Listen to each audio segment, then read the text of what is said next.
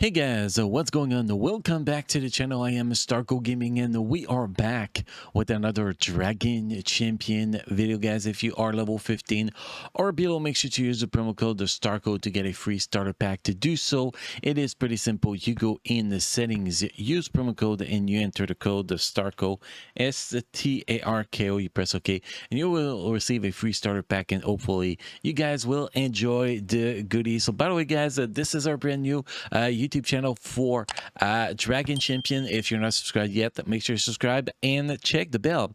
So again, if I want to post a new video, go live with a live stream. We stream every Friday night, 7 p.m. Pacific time. So guys, today we're going to be talking about the Wizz Ard Legendary event because it is coming back today at the global reset, and a lot of people are going to be like, hey, maybe it is my chance this time around to actually get it. So I decided to do an updated version on our guide, guys, a little bit to make the guide a little bit shorter, a little bit simpler, and much easier. Also, we needed a new guide for the new YouTube channel, so kind of do everything at the same time here. So the thing we're going to be using to actually get it done is the basic team, guys. Literally the basic team. I actually have, better gear on them than some people, but runes artifact is actually not the best you can go. Well, maybe artifact solid, I don't know. I haven't paid attention to how the hell I build them. So the characters we are going to be playing today for this legendary event, guys, we're going to be using Tool as a leader. He has no leadership ability, but still we're going to be using Stim, Raleigh, Zeppy, and Bardwin. Those are the 5 characters we're going to be using. That's going to be around 180,000 power. So nothing, nothing crazy here. So we're going to go through all those 5 characters. We're going to talk about how to set them up for this event and, the bare minimum you actually need on them. So let's get started with this dude. This dude, what you're really going to want? Well, first of all, you're probably going to have him at gear 11 and 5 items equipped, not gear 12, but the difference is minimal. What you're going to want on this guy is as much shield as possible, as much tenacity as possible. 143% tenacity on this dude is very, very, very low. You want to have him at 160% plus minimum to be able to perform well, to not get affected by too many debuff. Technically, you actually want this guy to be close to 200% tenacity if you can, but here we have in 143% tenacity, which is not that bad.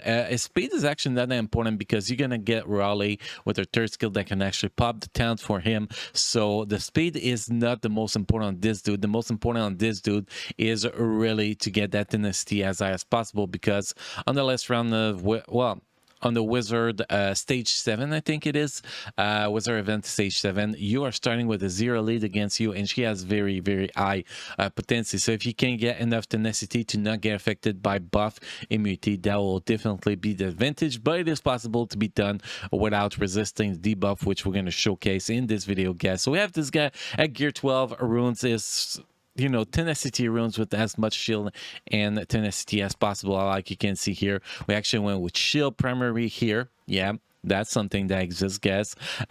We went with shield primary on the bottom runes, and we went with tenacity primary on the top left runes, and the bottom left is always a shield primary. So 3 shield primary runes with 1 tenacity primary runes. That is literally what we did on this guy, and that is the way to build him. Like if you take this guy to gear 13, he'll have like 130,000 shield or something like that. Will be crazy. Now with artifact, what you want to do with this guy, you want to give him a tenacity artifact as much as possible. I like this one because this one actually increase your armor by 4% when you suffer a critical hit. I think that's actually a huge advantage, especially for a defender. When they add this artifact to 4 stars, if you get this artifact to 6 stars, you get another 18% tenacity, which will actually put us over 160%. So that will be optimal if we had that, but I do not want to go too crazy here.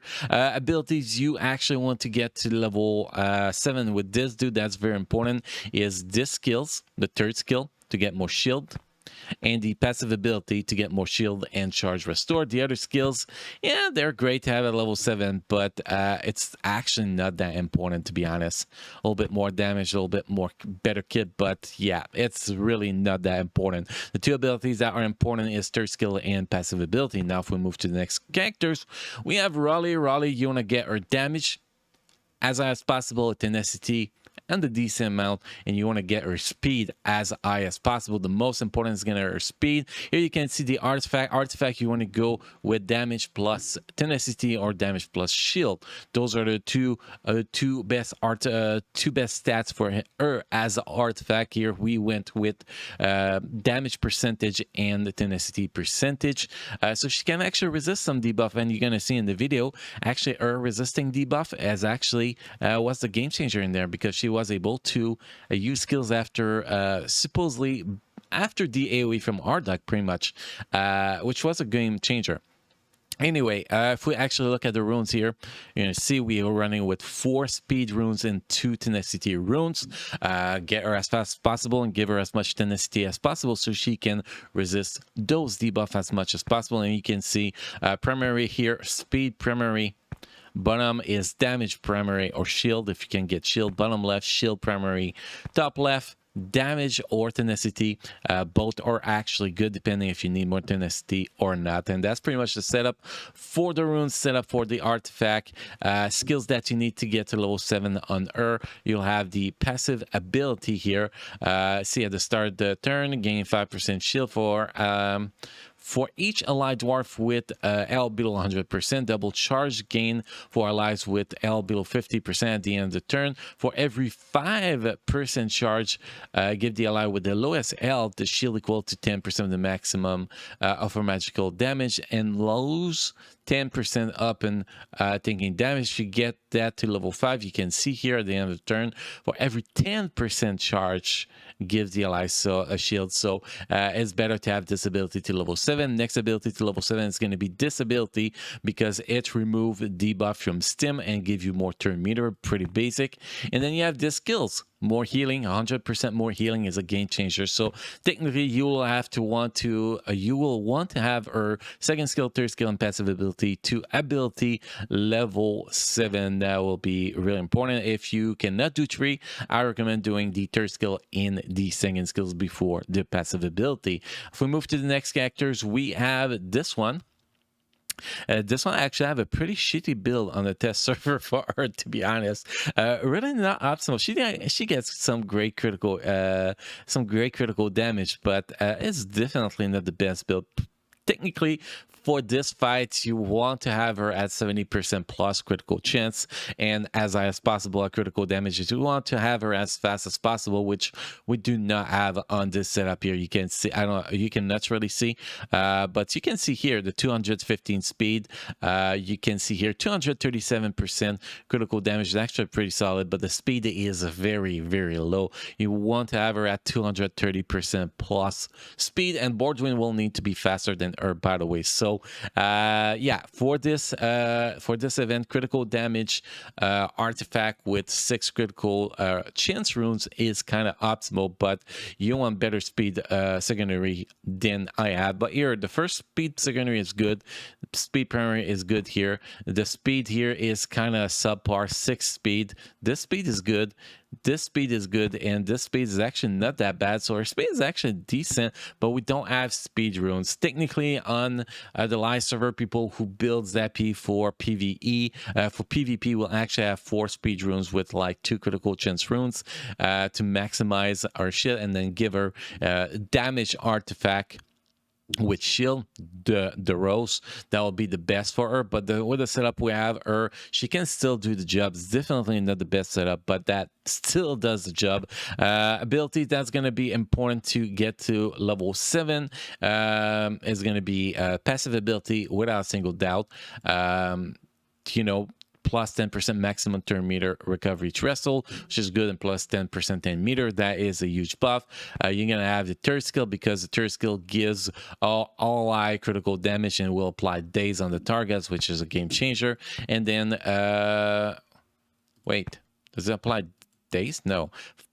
for plus 5% charge for each day's enemy. Sorry, guys.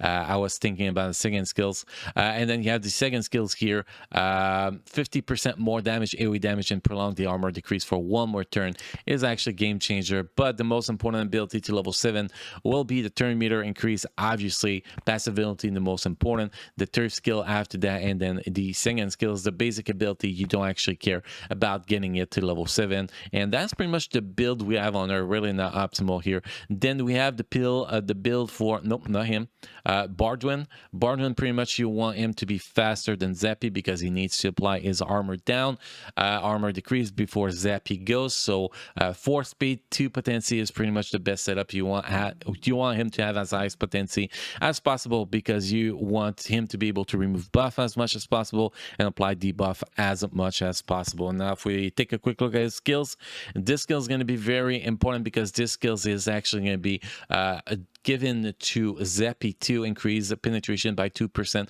for every 1% of charge. And if you get that here, you see 1.5% for every 1% of his charge. So it is definitely very important to have this ability to level 7. Then you have this ability here, damage increase for Zeppy in itself for 2 turns if charge has reached 100%, which is kind of game changer. But also see here, level 6 here is going to be very important for Zeppy, and he receive a critical chance increase. That's going to be very important to use that third skill before Zeppy's goes with her AoE too, because and to have it extended, because that's going to be a game changer for that. And then this ability to level 7 is going to be very important because inflict damage decrease for 2 turns. So the most important ability, passive ability level 7 number 1, second skills level 7 number 2, and third skill level 7 priority number 3. And that's the setup on him. You want him to have much potency as possible, which is why we went with potency artifact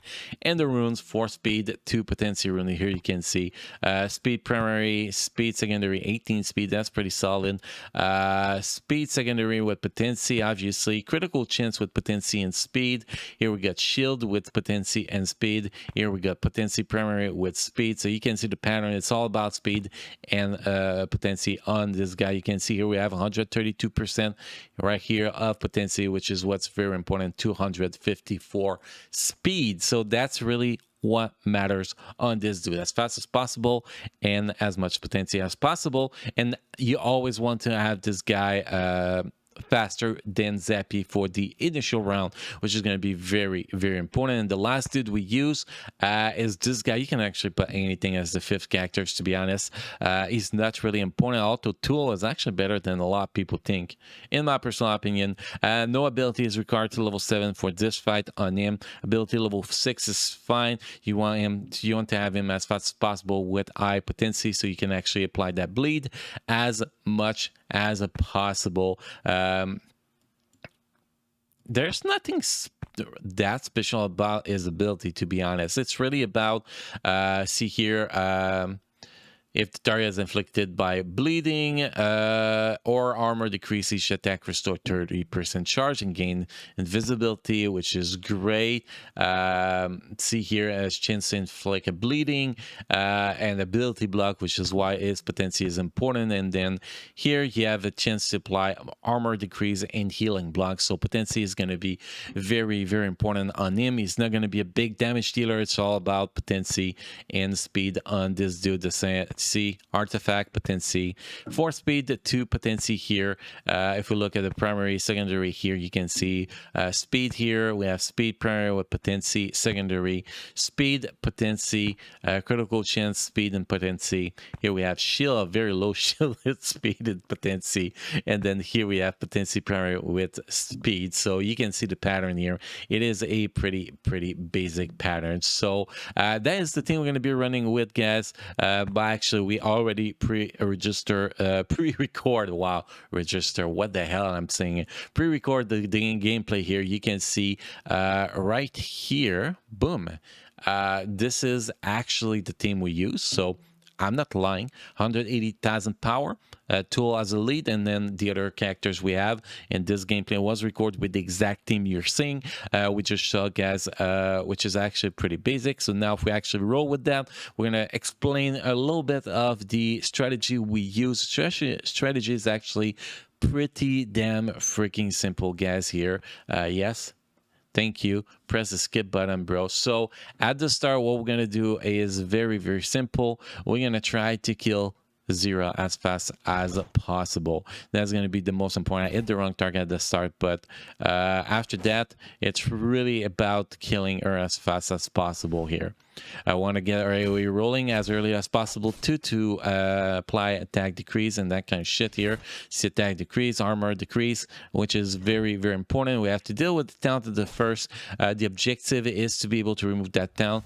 Now we remove debuff. We had good charge, so we remove debuff from Stim with that third skill from Raleigh, which was very useful because next time Stim goes, he's going to be able to talent. Here we can actually heal up, which is great.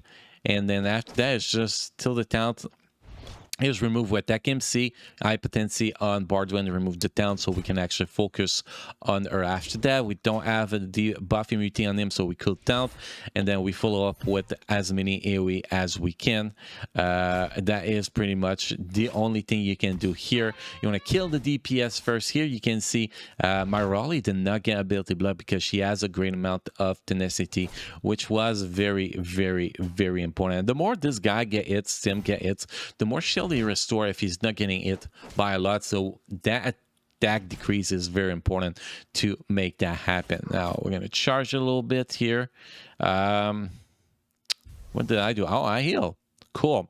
Pretty much now the next point is to kill the 2 DPS that's left.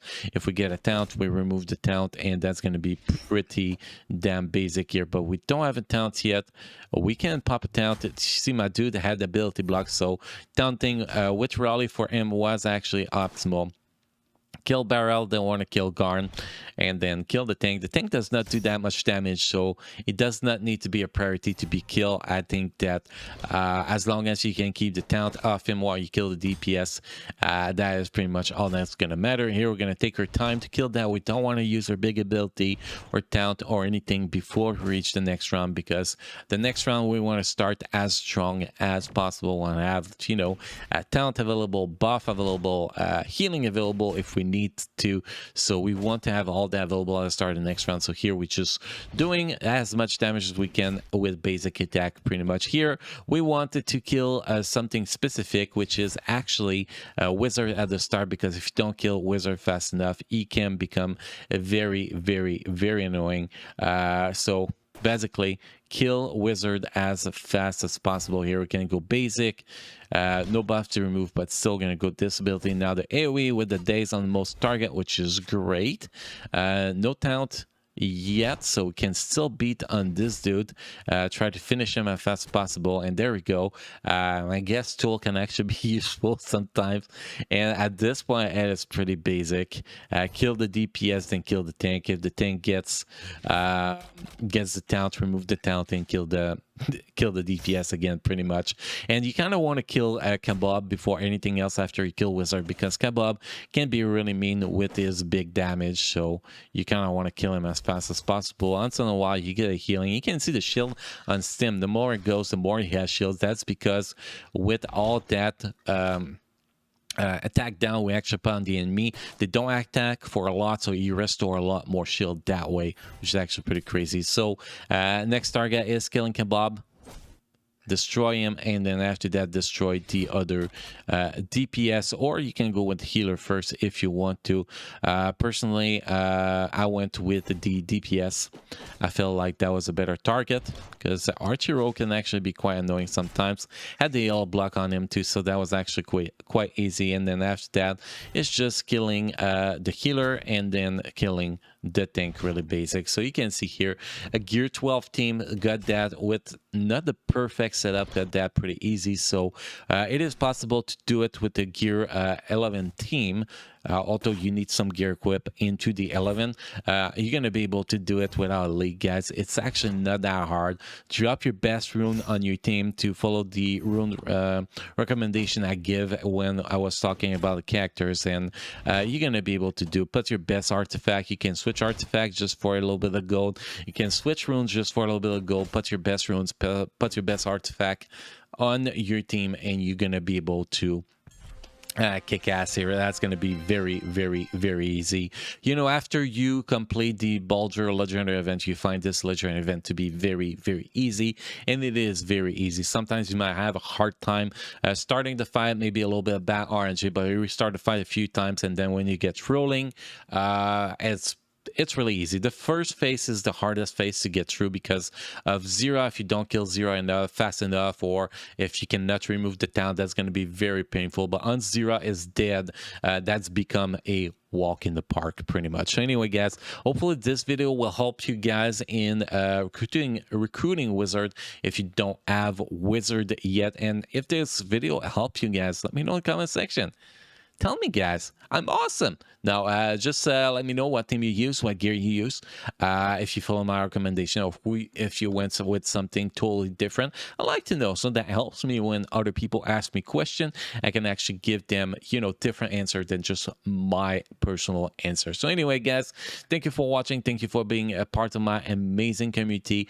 You all keep enjoying playing Dragon Champion. I'll see you guys again in the next video. Thank you.